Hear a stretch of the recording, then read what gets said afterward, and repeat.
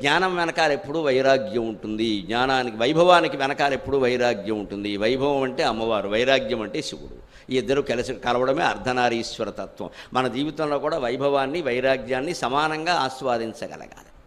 ఆస్వాదించాలంటే ఎలా ఉండాలో చెబుతున్నాడు ఇక్కడ. స్మరాంతక కుటుంబిని, స్మరాంతకుడు అంటే శివుడు, ఆయన కుటుంబిని అంటే ఆయన ఇల్లాలు పార్వతీదేవి.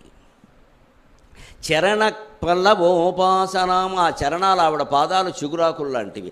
ఆ అమ్మవారి పాదాలు సేవించే భక్తులు ఎలా ఉంటారు, అది కూడా కామాక్షిదేవి కాబట్టి కాంచీరత స్మరాంతక, కంచీ దేశంలో ఉన్నవిడ అంటే కామాక్షిదేవి. కామాక్షిదేవి యొక్క చరణాలను ఆశ్రయించిన వాళ్ళు, దేవీ చరణోపాసన చేసేవాళ్ళు ఎలా ఉంటారు, ఎలా ఉండాలి.